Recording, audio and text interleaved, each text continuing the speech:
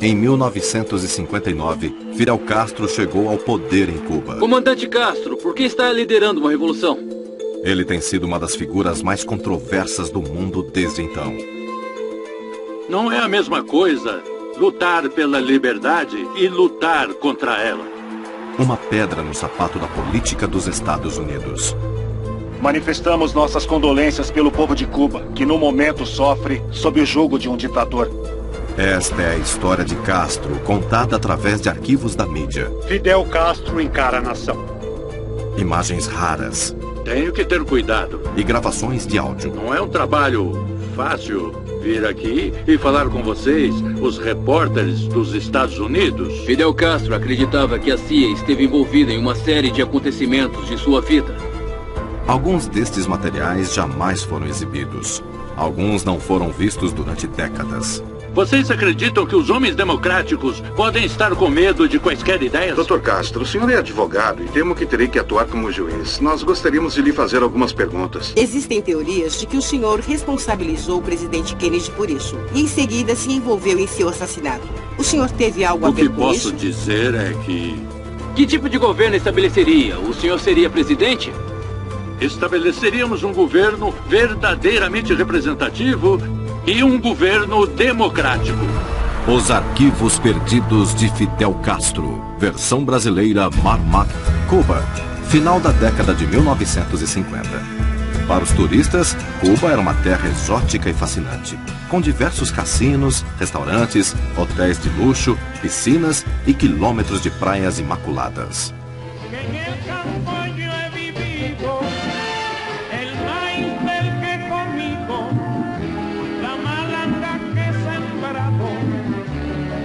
A apenas 145 quilômetros dos Estados Unidos, Cuba era um parque de diversões para os americanos. Mas para muitos cubanos, no interior do país, a pobreza corria desenfreada. E a maior parte da culpa podia ser atribuída a apenas um homem, o presidente de Cuba. Fulgêncio Batista, ex-sargento do Exército, ex-general. Ele detém as rédeas do poder e tem o apoio do exército e daqueles que são a favor de um governo de punho forte. Batista nega ser um ditador e diz que alguns de seus oponentes são pró-comunistas, mas seus métodos severos e a constante ameaça econômica mantiveram a oposição política empolvorosa. Os rivais de Batista estimam que durante seu reinado, mais de 20 mil dissidentes políticos foram assassinados.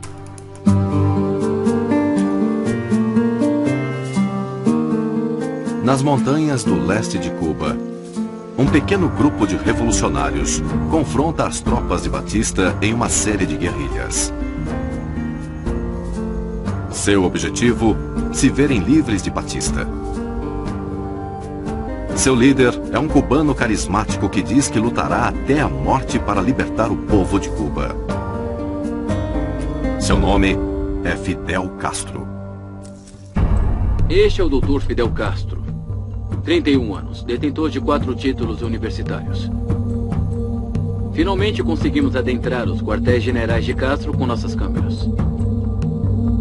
Os principais tenentes de Castro são um homem nascido na Argentina, Che Guevara. No momento estamos posicionados na região de Serra Maestra. E seu irmão Raul Castro, um comunista confesso.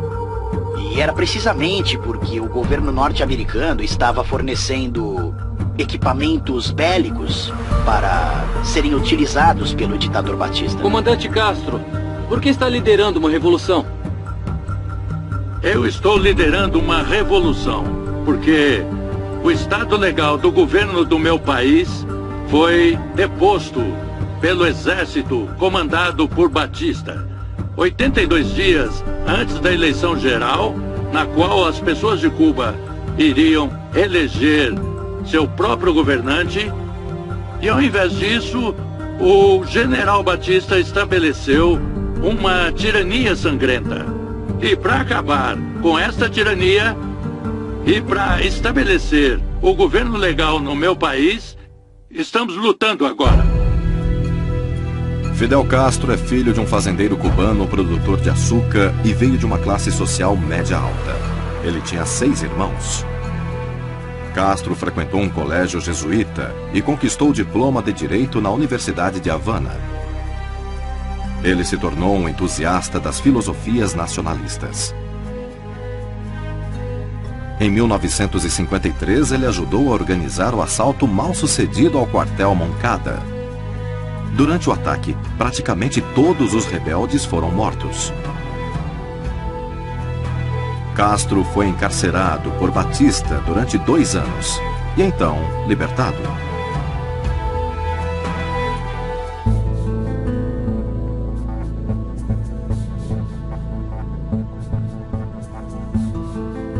Não é a mesma coisa lutar pela liberdade e lutar contra ela. Todas as pessoas da Serra Maestra estão do nosso lado. Nós acendemos a fagulha da revolução. Batista não quer admitir de forma alguma que ele é incapaz de nos derrotar. Castro alegava que sua liderança era precisa. Ele posicionou tropas em meio às montanhas. Os rebeldes sempre sabiam onde os soldados de Batista estavam, mas os soldados não faziam ideia de onde Castro estava escondido. Qual é a sua filosofia política? Você é um comunista ou marxista? Não existe comunismo ou marxismo em nossas ideias. Nossa filosofia política é uma democracia representativa e justiça social com uma economia bem planejada.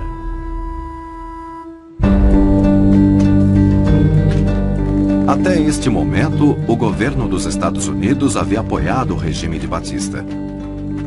Mas com a atenção do mundo agora voltada para seus métodos severos, os Estados Unidos começaram a retirar este apoio. Eles não mais apoiarão Batista, nem os revolucionários de Castro. Os Estados Unidos deixaram ambos os lados de mãos atadas. Carregamentos são contrabandeados por intermédio de pessoas que apoiam os rebeldes. É uma batalha desigual de idealistas contra forças poderosas. Castro diz: se eu perder, começarei tudo de novo. Se Batista perder, ele simplesmente perderá. Após meses de muita luta, as forças revolucionárias travam uma batalha durante 3 dias antes de conseguirem invadir Havana. Véspera de Ano Novo em Havana. Há informações de uma batalha na província de Los Vilas entre os soldados de Fulgêncio Batista e unidades rebeldes.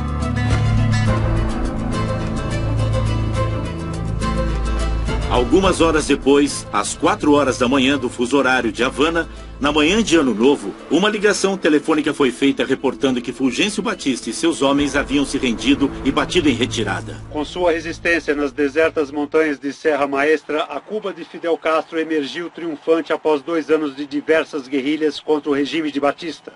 Uma revolução que começou com a fuga de Castro e que contava com apenas 82 seguidores e que praticamente havia sido aniquilada por forças do governo, terminou com a fuga do ditador Fulgêncio Batista e com a invasão das forças rebeldes à cidade. Em vida, o idealista barbudo com o hábito de fumar se tornou uma lenda. Para a maioria dos cubanos, este é o primeiro vislumbre do homem cujo nome se tornou um ícone durante 25 meses de constantes guerrilhas. É muito fácil sabermos quando uma revolução começa. O que não é fácil é saber quando uma revolução termina. Esta tem sido e ainda é a revolução de Fidel Castro. O povo cubano admira Castro devido à sua ascensão ao poder não ter sido através de um golpe de Estado, mas através de uma revolução popular.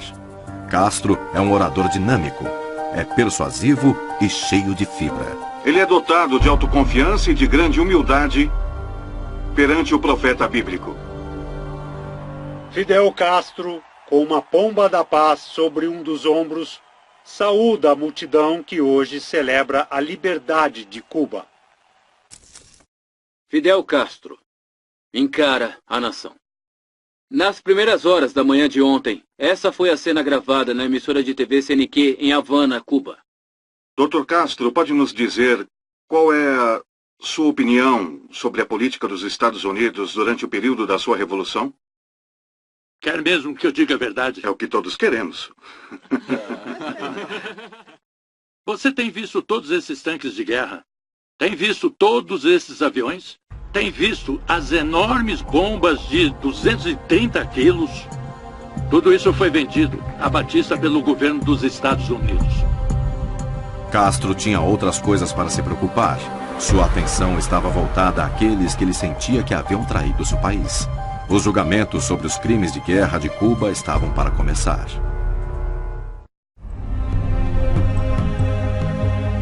Nos meses seguintes à ascensão de Fidel Castro ao poder, centenas de pessoas que apoiavam Batista foram encaminhadas a julgamento, algumas delas para o Havanas Sports Palace. Um dos assistentes de Batista, Major Sorsa Blanco, foi acusado de 200 assassinatos perante o tribunal militar, composto de 3 juízes que ainda vestiam seus trajes de guerrilheiros revolucionários. Blanco disse à multidão: "Estou em um coliseu romano." 45 testemunhas revelaram atos de brutalidade e assassinatos. Homens, mulheres e crianças deram seus depoimentos. O veredito foi a morte. Aproximadamente 500 homens leais a Batista foram declarados culpados e foram executados pelo esquadrão de fuzilamento. Após a primeira série de execuções, aproximadamente 1 milhão de cubanos se apresentaram no discurso de Castro, que defendeu tais mortes, dizendo que nenhuma nação se posicionou em defesa de seu povo durante as atrocidades cometidas por Batista. E naquele lugar havia um miserável traidor, um criminoso que matou em torno de 20 mil de nossos compatriotas. E nenhuma campanha jamais foi feita contra Cuba. Isso ficou claro. A partir de abril de 1959, Castro passou diversas semanas viajando por várias cidades das Américas do Sul e do Norte. Grandes multidões surgiam para ver Castro, que havia se tornado um símbolo de revolução. Sua reputação crescia como líder populista.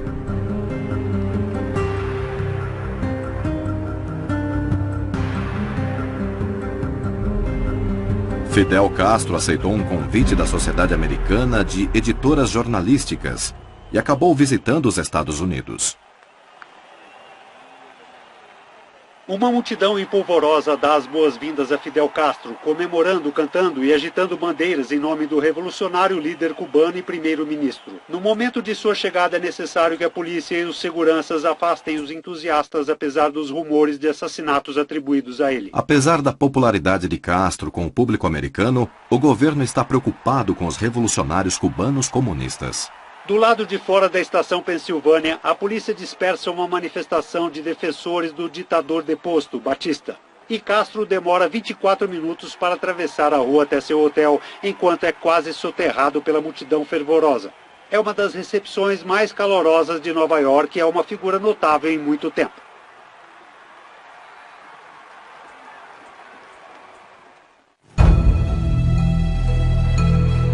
Eu vim aqui porque fui convidado pelos editores. O que aconteceu é que aqui, os Estados Unidos estão acostumados a ver governos que surgem através do dinheiro. Não, eu vim por boas relações, pelo bom entendimento, por boas relações econômicas. Agora nós somos pessoas pobres em um país rico. O que queremos é trabalhar para enriquecer nosso país. Nosso convidado gosta de rifles e de charutos. Quando jovem, ele se apegou ao típico espírito de Cuba, o treinamento de guerrilheiros cubanos. Com prazer, apresento a vocês o Dr. Fidel Castro. O senhor disse que a ditadura é impossível se a opinião pública aprová-la. Por acaso, Hitler, Mussolini e Perón tiveram apoio público? Nós somos contra todos os tipos de ditadura. Nós somos contra todos os tipos de ditadores. Esta é a nossa ideia. Senhor Primeiro-Ministro, o que o senhor pensa a respeito do vice-presidente Nixon? Eu tenho uma opinião excelente a respeito do vice-presidente Nixon. Nixon tinha uma opinião diferente. Enquanto ele estava em Washington, o presidente dos Estados Unidos, Dwight D. Eisenhower, evita se encontrar com Castro. Ao invés disso, ele envia o vice-presidente Nixon para receber o líder cubano. A opinião de Nixon sobre Castro é que ele precisava ser vigiado e com muito cuidado. O senhor já venceu uma revolução, apesar das chances terem sido pequenas, e agora está lutando contra o que podemos chamar de revolução social. Acha que agora será mais difícil? Bom, na verdade, desta vez é mais difícil, porque Quando nós ainda estávamos em guerra, tudo era apenas uma questão de lutar. Agora, a questão é produzir e criar e cuidar de todos os problemas do nosso país e curar os nossos males. Em um ano de governo de Castro, as pessoas começaram a fugir. Eventualmente, aqueles que desejavam ir embora poderiam levar consigo apenas uma mala. Antes de irem embora, todos são obrigados a entregar suas casas, carros e joias. Castro permite àqueles que se despedem de sua pátria que levem só uma troca de roupa. A maioria se estabeleceu em Miami, Flórida. E foi aqui que uma massiva comunidade de exilados cubanos começou a construir seu ódio por Fidel Castro. Em consequência, aos assaltos ao Tesouro Público de Cuba durante o governo de Batista, os líderes da revolução descobriram que não possuíam dinheiro suficiente para gerir seu país. Apesar de inicialmente ter dito que não precisaria de ajuda dos Estados Unidos, Castro percebe que Cuba não poderia sobreviver à atual condição. Mas os Estados Unidos se recusaram a dar qualquer tipo de assistência a Cuba. Apesar de os Estados Unidos terem publicamente aceitado Castro, o governo americano não confiava nele, temendo que fosse um comunista. Em 1959, Castro começou a tomar terras de cultivo em Cuba, cuja maioria pertencia a acionistas nos Estados Unidos. O objetivo era que todos os fazendeiros cubanos compartilhassem os lucros de suas terras. Ao mesmo tempo, Cuba passou a aceitar a assistência da União Soviética, promovendo um grande favor na Guerra Fria entre os soviéticos e os Estados Unidos. Em janeiro de 1960, o primeiro-ministro soviético Anastas Mokayán foi para Havana, onde tudo foi organizado para recebê-lo. Mokayán abriu a Feira de Comércio Russa e discutiu a respeito de negociações com Cuba. No momento em que vestiu este chapéu, ele pôs Cuba na palma de sua mão. Após meses de diversos confrontos, Castro toma posse de todas as empresas americanas em Cuba. Muitas serão nacionalizadas. Todas as empresas e companhias de eletricidade. Todas as empresas e companhias de telefonia. Todas as empresas e companhias como a Texaco e a ESSO. E além disso, todas as 36 fazendas de plantação de cana-de-açúcar que os Estados Unidos possuíam. Companhia United Fruit, Guatemala Livre. Nacionalizado. United Artists. Warner Brothers.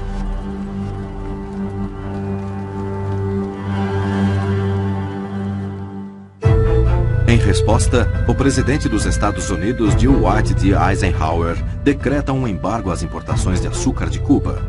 Mais uma vez, a União Soviética concorda em ajudar, comprando o açúcar cubano, que originalmente seria destinado aos Estados Unidos. E o açúcar seguiu sua rota. Este é o maior embargo e a maior pilastra de contenção aos Estados Unidos.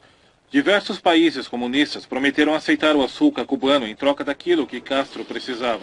Parecia fácil, então resolvi cortar a cana de açúcar para Castro. Segure isso. Isso, assim. Segure assim. Você sabe como se faz? Acho que eu sei. Eu mostro pra você. É assim? Ótimo, excelente. Bem, isso pode me custar o meu visto americano. Meses após Castro tomar o controle das empresas americanas, os Estados Unidos decretaram um embargo comercial contra Cuba. Existe um limite em relação ao desrespeito que os Estados Unidos podem aturar.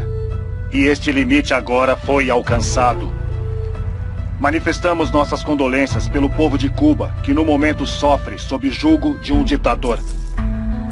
Secretamente, os Estados Unidos procuram uma forma de retirar Castro do poder. Mas os americanos não querem suas próprias tropas invadindo Cuba.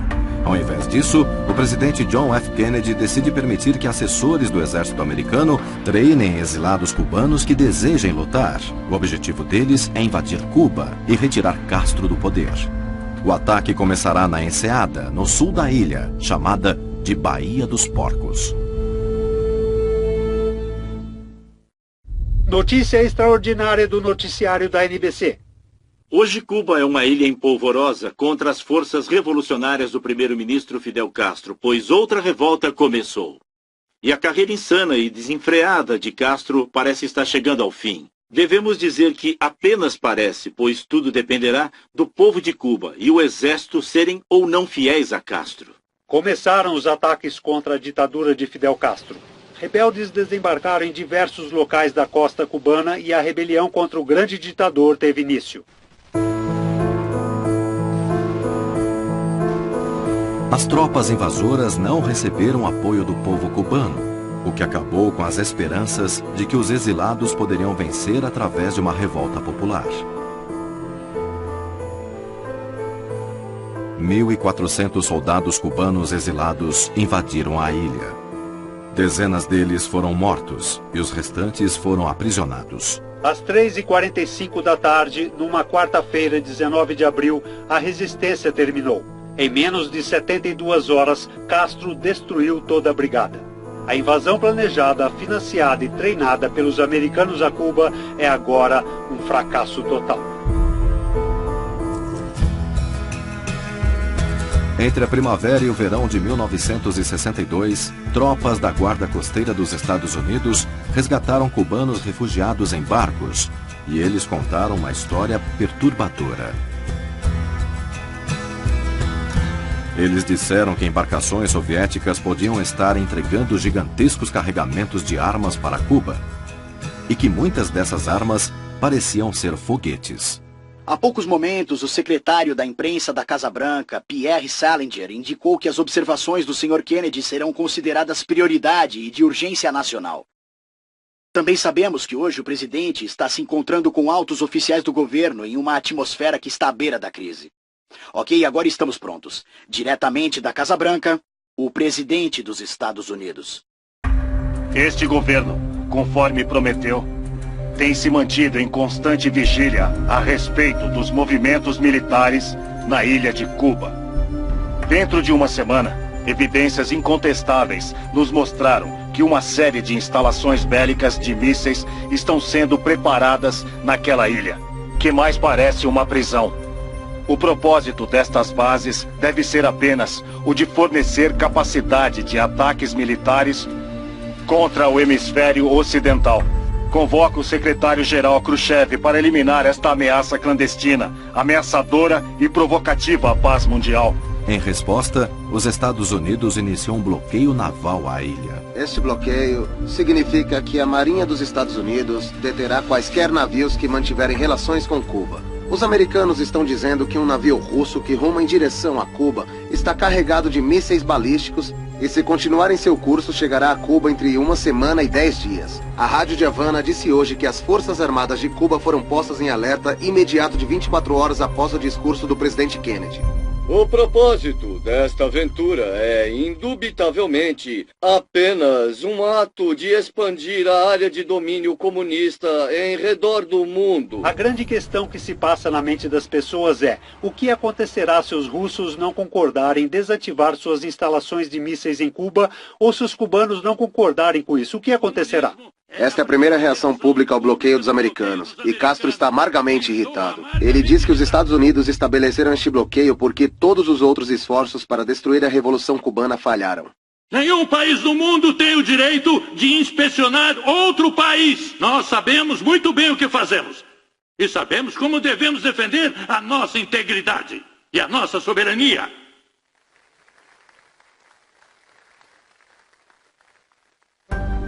Então, que todos os revolucionários patriotas tenham a mesma boa sorte. E então todos nós tornaremos vitoriosos. Pátria ou morte, venceremos. Os americanos consideram isto como um problema puramente americano. Ainda assim, qualquer passo em falso poderia trazer ao mundo uma grande guerra nuclear.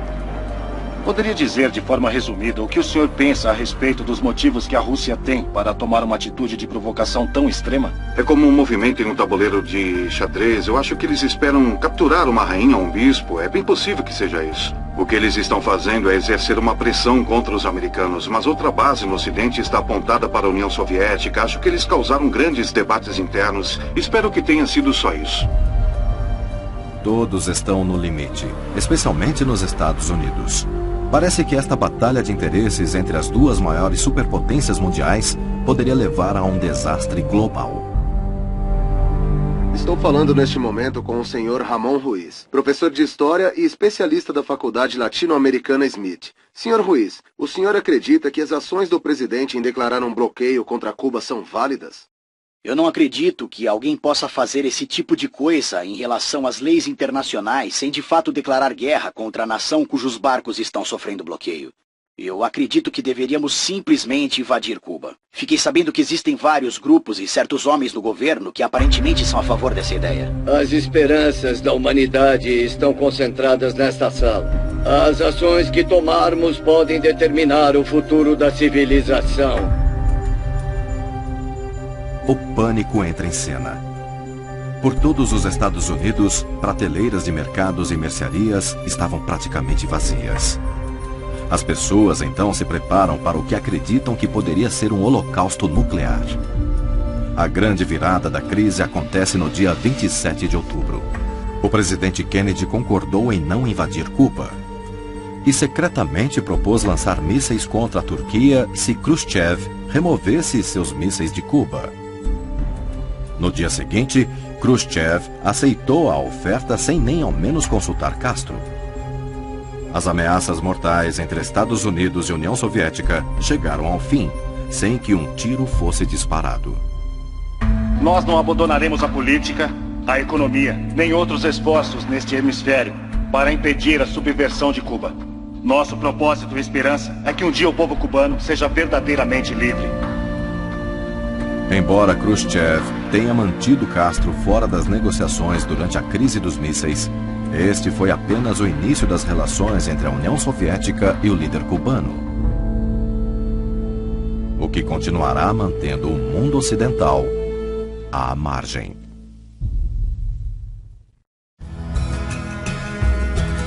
Já fazia uma década e meia desde que as forças de Fidel Castro haviam tomado o poder em Cuba. Castro se posicionou como um líder mundial e forneceu apoio estratégico aos soviéticos a apenas 145 quilômetros dos Estados Unidos. Uma profunda suspeita de que as pragas que vêm atacando o nosso país, especialmente a epidemia de dengue hemorrágica, podem ter sido introduzidas em Cuba, no nosso país, pela CIA. Cuba é separada dos Estados Unidos por 145 quilômetros de oceano e 15 anos de história. Geograficamente próxima, Cuba ideologicamente faz parte de um outro mundo.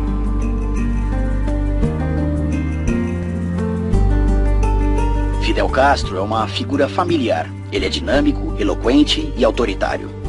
Ele é um homem que poderia legitimamente ser considerado um herói ou um tirano, ou ambos ao mesmo tempo.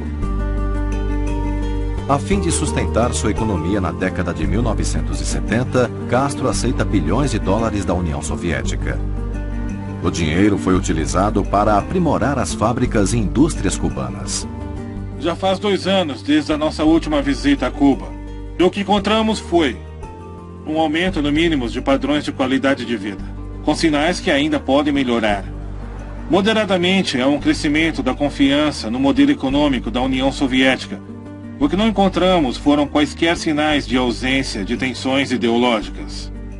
Esse regime é baseado em mobilizações de massas e controle de pensamentos. Fora dos moldes do marxismo e do leninismo, a liberdade de pensamento simplesmente não existe. Ela é uma relíquia indesejada do passado.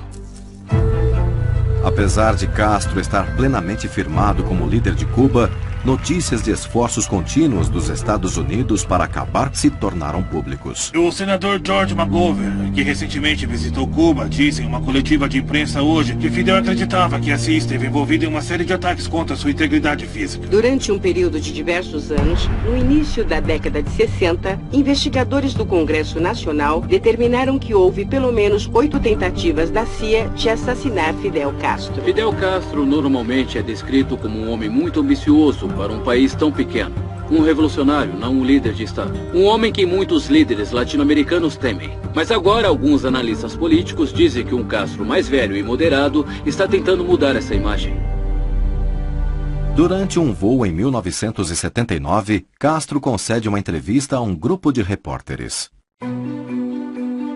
mostrando que sua personalidade, senso de humor e habilidade de cativar uma multidão não diminuíram. Uma vez, eu encontrei um fotógrafo do National Geographic que veio e tirou uma foto minha. Ela foi publicada e me pagaram $100. Mas ao invés de dinheiro, me deram um cheque. Mas eu não consegui sacar nenhum centavo. Então os Estados Unidos, além de muitas outras dívidas, me deve $100. O senhor sempre está protegido por um colete. Que colete? Todo mundo diz que o senhor usa um colete à prova de balas.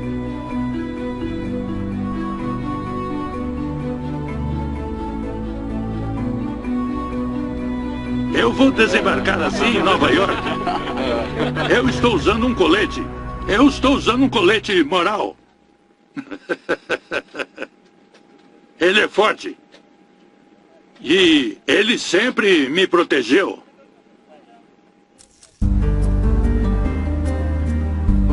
Em 1980, como forma de amenizar a agitação política em seu país, Castro permitiu que os cubanos que desejassem deixar Cuba fizessem o que queriam. Cansados da economia de Castro e da repressão política, milhares de cubanos fogem para os Estados Unidos.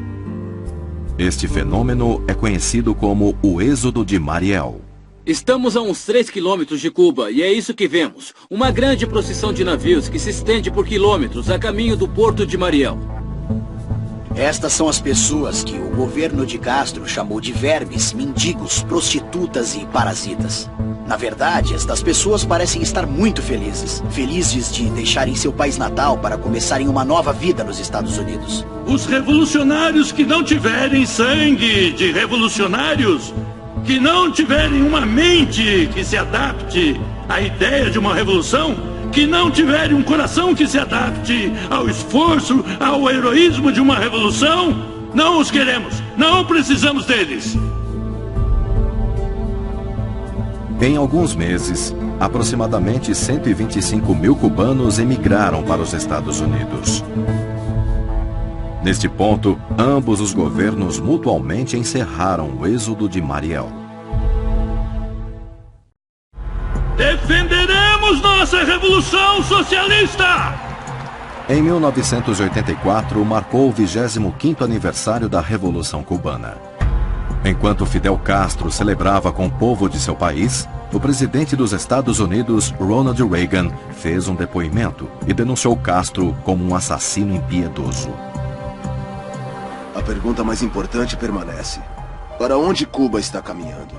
A economia de Cuba é incapaz de fornecer a vocês e às suas famílias suas necessidades mais elementares, apesar dos subsídios massivos que lhe tem recebido.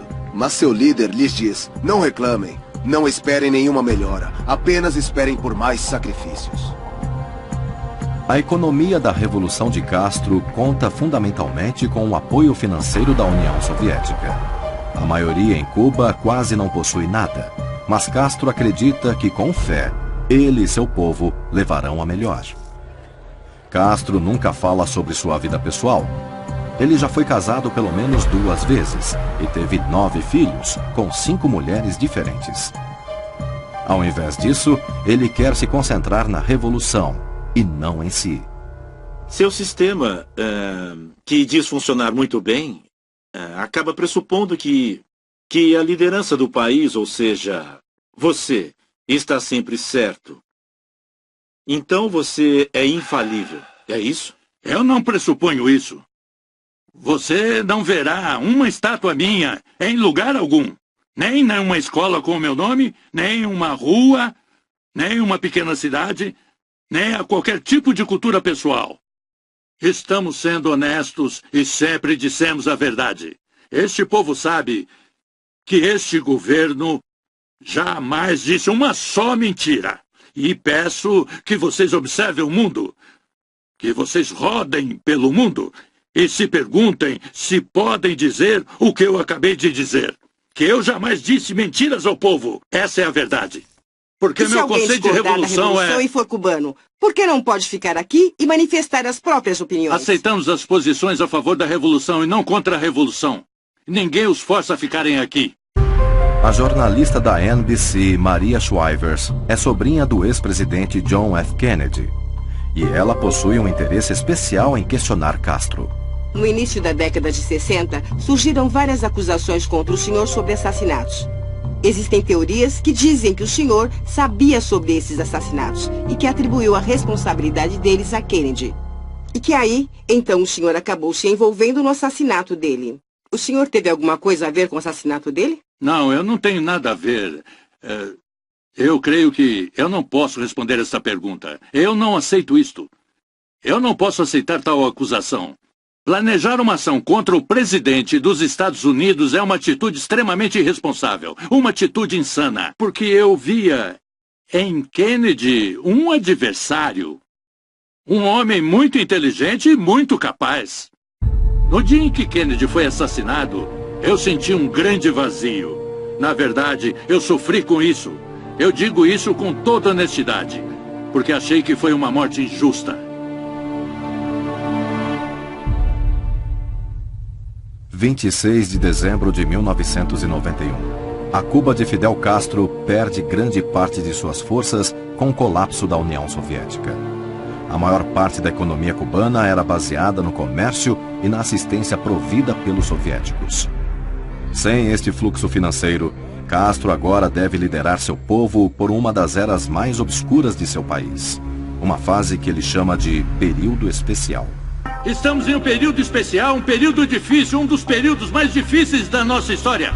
Por quê? Porque agora nós estamos sozinhos, frente ao Império, sozinhos.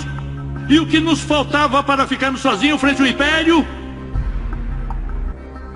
O que nos faltava era unidade. O que nos faltava era valor. O que nos faltava era patriotismo. Nos faltava espírito de revolução. Um povo fraco, um povo frágil, um povo covarde. Se rende e volta à escravidão. Mas um povo digno, um povo valente como o nosso não se rende, não volta jamais à escravidão.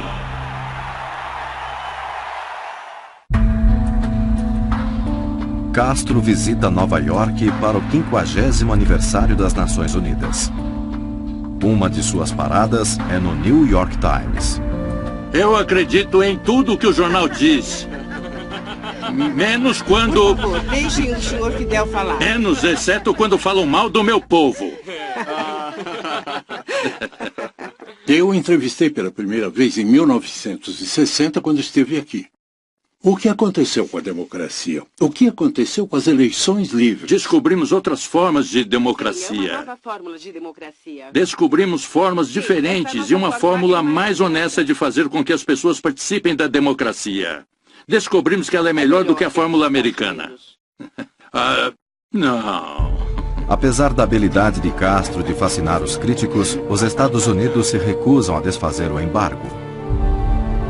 O que significa que a Cuba de Castro continuará em sua grande queda econômica.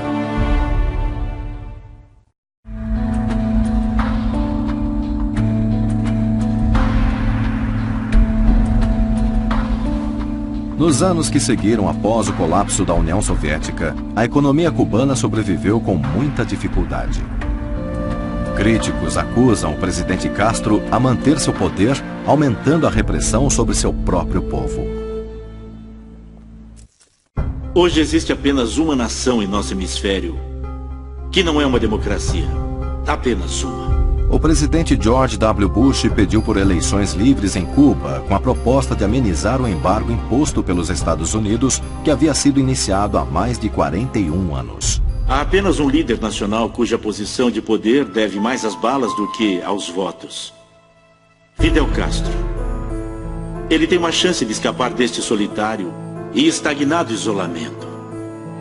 Se aceitar nossa oferta, ele poderá levar ajuda ao seu povo e esperança às nossas relações. E a escolha depende do Sr. Castro.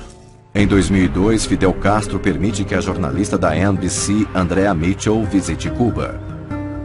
Ele a leva em um passeio pela cidade, a escolas e hospitais, mostrando a ela o melhor que seu país tem a oferecer. A Cuba de Castro é um paradoxo. Um país com 97% de alfabetizados, mas virtualmente nenhuma liberdade política. Atendimento médico público gratuito, mais uma renda per capita de $200 por ano. Carros de mais de 50 anos e racionamento de alimentos. Reflexos de um fracasso econômico, mas com um líder determinado a resistir às mudanças. Como ele pode ter certeza de que a sua revolução social sobreviverá à sua morte? Ele se recusa a admitir que está do lado errado da história econômica. Nós conduzimos um grande número de reformas, mas nós nem pensamos em seguir rumo ao capitalismo. Em julho de 2006, Castro passou por uma cirurgia devido a uma hemorragia intestinal. Os cubanos foram notificados sobre a fragilidade de Castro em um pronunciamento efetuado por seu secretário, Carlos Valenciaga, que leu uma carta escrita por Castro. Esta operação me obriga a permanecer várias semanas em repouso e me afastar de minhas responsabilidades e deveres. Como o nosso país se encontra ameaçado por circunstâncias como esta pelo governo dos Estados Unidos, eu tomei as seguintes decisões. Delego, em caráter provisório, minha função de primeiro secretário ao segundo secretário, o companheiro Raul Castro Ruiz. 2 anos depois, em 2008, Castro oficialmente se afasta do poder, entregando a presidência de seu país a seu irmão, Raul Castro Ruiz.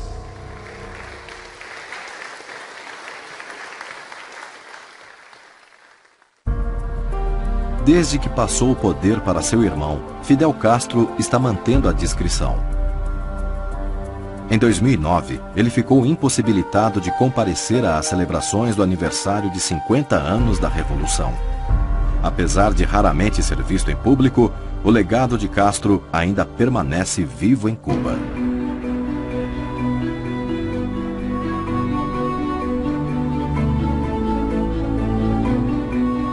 Para aqueles que acreditam na Revolução de Castro, ele sempre será o pai da nação. Sua luta na região montanhosa de Serra Maestra foi um marco desta lenda cubana. O Batista não quer admitir, de forma alguma, que ele é incapaz de nos derrotar. O carisma e a complexidade que ele demonstrou desde os primeiros dias no poder jamais foram abalados. Nós somos contra quaisquer tipos de ditadores.